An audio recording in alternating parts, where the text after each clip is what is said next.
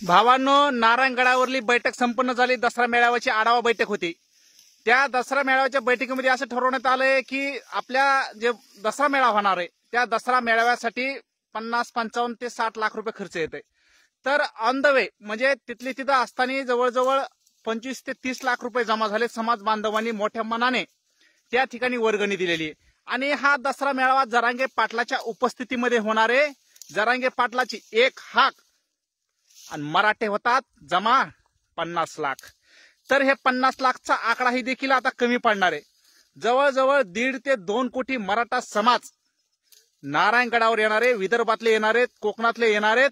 एवढंच नाही तर बाहेर राज्यातले सुद्धा समाज बांधवाचे मला आता फोन आलेत, आम्ही दसरा मेळाव्याला नारायणगडावर येणार आहेत. तर आपण आपल्या शेतातले काम आवरून घ्या. माझी सोयाबीन राहिली होती काही काढायची, सोयाबीन काढून घेतोय, खळं करून घेतोय.